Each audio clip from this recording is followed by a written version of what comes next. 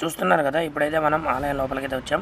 ఆలయం లోపల చాలా విశాలమైనటువంటి ప్రాంగణం కలిగి ఉన్నటువంటి ఆలయం ఇది. మనం మెయిన్ రోడ్ నుంచి లోపలికి వచ్చిన తర్వాత ఆలయం లోపల అయ్యప్ప స్వామి దేవస్థానంతో పాటు మరియు మరికొన్ని దేవాలయాలు కూడా ఉన్నాయి. వినాయకుడు, అలాగే అమ్మవారు, నాగేంద్ర స్వామి అచ్చం మన శబరిమలలో ఉన్నట్లే ఉంటుంది.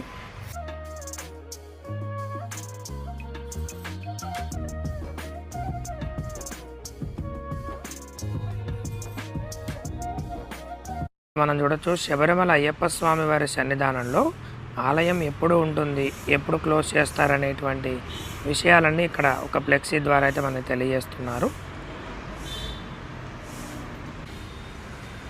ఇదే ఆలయంలో మనకి ఇటుపక్క గోశాల ఉన్నాయి, అలాగే అయ్యప్ప స్వామి వారికి సంబంధించి ఇక్కడ గోశాల ఉంది. అదేమో ఆఫీస్ అనమాట ఆలయంకు సంబంధించి. చూస్తున్నారు కదా.